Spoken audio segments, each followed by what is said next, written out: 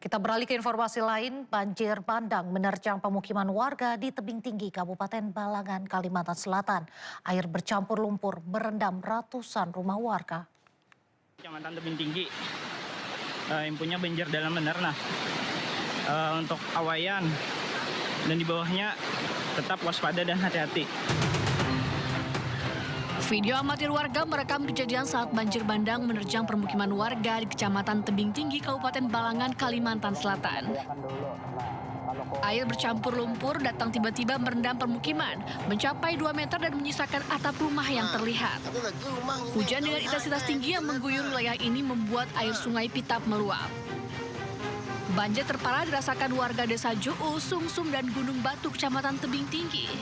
Warga terpaksa mengungsi ke tempat yang lebih aman tanpa bisa menyelamatkan harta benda mereka. Kita ada di sini baru kali ini yang banjir paling parah. Sebelumnya banjir paling ketinggian air sekitar berapa, Pak? Ya kurang lebih 50-60 lah dalam rumah. Jadi sekarang ini udah hampir 1,5 meter lah. Nampak di sini ketinggian air kurang lebih sekitar 2 meter. Jadi fasilitas umum yang terdampak di sini yang kena banjir, masjid, ada sekolah, dan kantor-kantor desa. Sampai saat ini tidak ada korban jiwa, cuma ada beberapa barang-barang berharga milik warga dan ternak warga yang menjadi korban. Kini banjir sudah berangsur surut dan menyisakan lumpur cukup tebal di rumah warga yang terdampak. Mereka bergotong royong membersihkan sisa lumpur dengan peralatan seadanya. Dari Balangan, Kalimantan Selatan, Suhardian, iNews melaporkan. Pemirsa, hujan deras disertai angin kencang merobohkan tenda acara pernikahan di Cirebon, Jawa Barat. Akibat peristiwa ini, seorang warga terluka tertimpa besi tenda.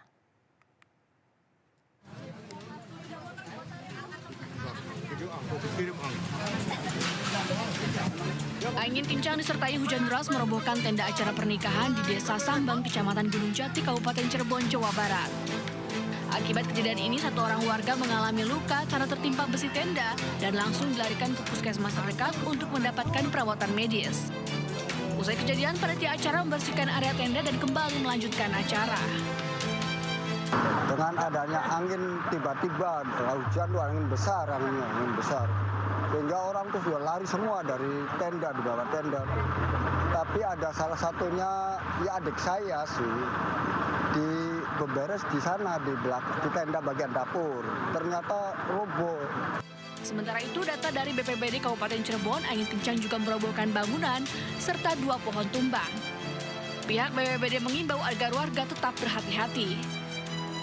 Dari Cirebon, Jawa Barat, Toh Iskandar, iNews melaporkan. Sejumlah rumah kontrakan di kawasan Ancol, Pademangan, Jakarta Utara terbakar.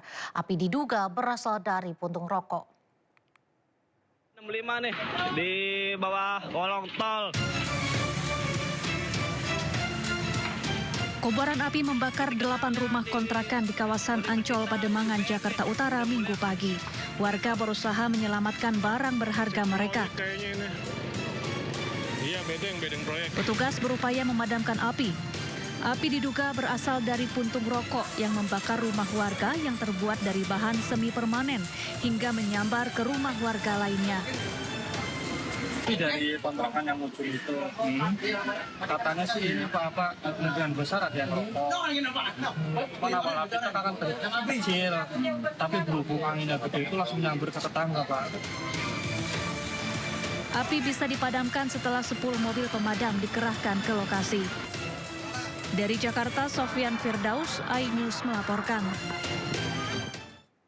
Sementara itu, pemirsa, kebakaran juga melanda gudang ekspedisi di Jalan Rawabuaya, Cengkareng, Jakarta Barat.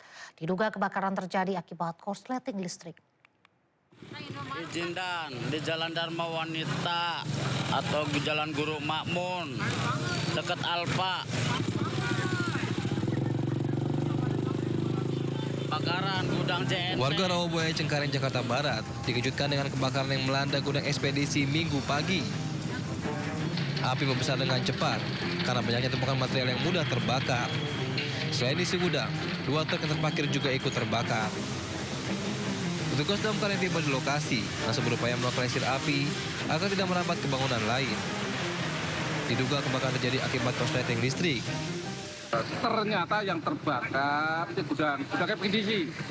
Gudang ekspedisi, jadi situ ada tumpukan material barang-barang yang termasuk kardus dan kemasan yang dari plastik, jadi mudah terbakar. Gitu. Api baru bisa dipadamkan setelah 14 menit mobil damkar dikerahkan. Tidak ada korban jiwa dalam peristiwa ini. Dari Jakarta, Rizky Falufi, iNews melaporkan. Baru 2 bulan beroperasi, sebuah restoran di kawasan Jalan Monkey Forest, Ubud, Kabupaten Gianyar Bali, ludes terbakar pada Minggu pagi. Peristiwa ini mengakibatkan kerugian yang ditaksir mencapai miliaran rupiah.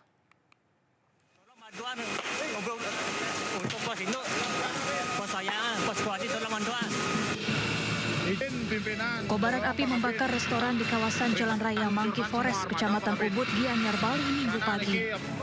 Kebakaran restoran yang baru 2 bulan beroperasi ini membuat warga serta wisatawan panik. Api sempat merembet ke bangunan lain. 9 mobil pemadam kebakaran dikerahkan ke lokasi. Sementara belum bisa melakukan olah TKP, sementara tim dari PMK masih melakukan pemadaman. Tidak ada korban dalam peristiwa ini, kerugian diperkirakan mencapai miliaran rupiah. Kini polisi masih menyelidiki penyebab pasti kebakaran. Dari Gianyar Bali, Ketut Catur Kusuma Ningrat, iNews melaporkan. Seorang remaja tewas dengan kondisi terluka parah dan terkapar di tengah Jalan Raya Kalimalang, Durensawit, Jakarta Timur. Remaja ini merupakan pelaku balap liar yang beraksi pada Sabtu dini hari. Pelaku yang tak mampu mengendalikan sepeda motornya menabrak mobil penjual tahu bulat yang sedang melintas. Mobil naas ini berisi 3 orang yang merupakan penjual tahu bulat, istri dan anaknya yang masih kecil. Akibatnya 3 orang dalam kendaraan yang ditabrak pelaku terluka dan dilarikan ke rumah sakit. Kedengaran itu ada kejadian tabrakan malam. Gitu. Pas pulang, paginya saya dengar. Gitu. Ya tahu bulat dengan katanya anak liar, balapan liar gitu. Oh, gitu aja. Aksi balap liar di Jalan Raya Kalimalang diketahui kerap terjadi pada malam hari. Warga pun resah karena aksi tak bertanggung jawab ini sangat membahayakan pelaku maupun pengendara lain. Dari Jakarta, Rio Manik, iNews melaporkan. Mau sepeng aku? Mau tidak? Hah? Mau tidak? Seorang pria mabuk tiba-tiba mendatangi sebuah warung di Jalan Kandea 3, Makassar, Sulawesi Selatan. Ia memaki dan mengancam pemilik warung yang sedang berjaga dengan sebilah senjata tajam. Pelaku awalnya meminta korban membeli ponsel pelaku seharga Rp200.000, namun korban menolak. Warga sekitar berusaha melerai dan mengamankan situasi. Namun pelaku terus mengamuk hingga akhirnya korban melaporkan kejadian ini ke polisi. Setelah melakukan penyelidikan, pelaku yang diketahui bernama Burhan berusia 28 tahun akhirnya ditangkap 3 hari usai peristiwa pengancaman. Korban ini tidak mau melanjutkan proses hukumnya karena masih menganggap sebagai keluarga, sehingga berharap untuk dilakukan mediasi. Sehingga oleh Unit Reskrim kemudian melakukan mediasi dan kedua belah pihak sepakat untuk tidak melanjutkan ke proses hukum. Sehingga kemudian kita mendamaikan dari mereka sendiri, namun untuk barang bukti sebilah parang itu tetap kita amankan di Polsek untuk mencegah hal-hal yang tidak kita inginkan. Setelah polisi menggelar mediasi, pelaku dan korban sepakat berdamai. Sebab pelaku dan korban masih memiliki hubungan keluarga dan pelaku mengaku menyesal serta berjanji tak akan mengulangi perbuatannya.